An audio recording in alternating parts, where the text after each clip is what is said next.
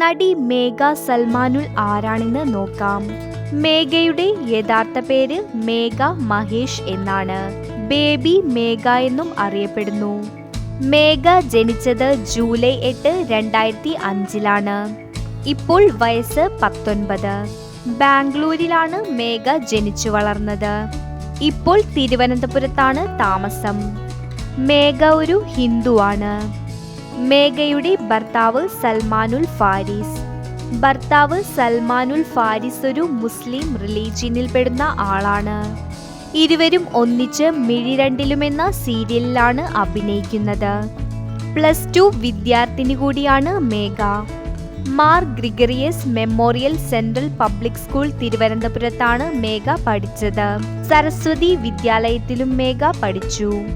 മിഴി രണ്ടിലും എന്ന സീരിയലിൽ ലക്ഷ്മി എന്ന പ്രധാന കഥാപാത്രമാണ് മേഘ അവതരിപ്പിക്കുന്നത്.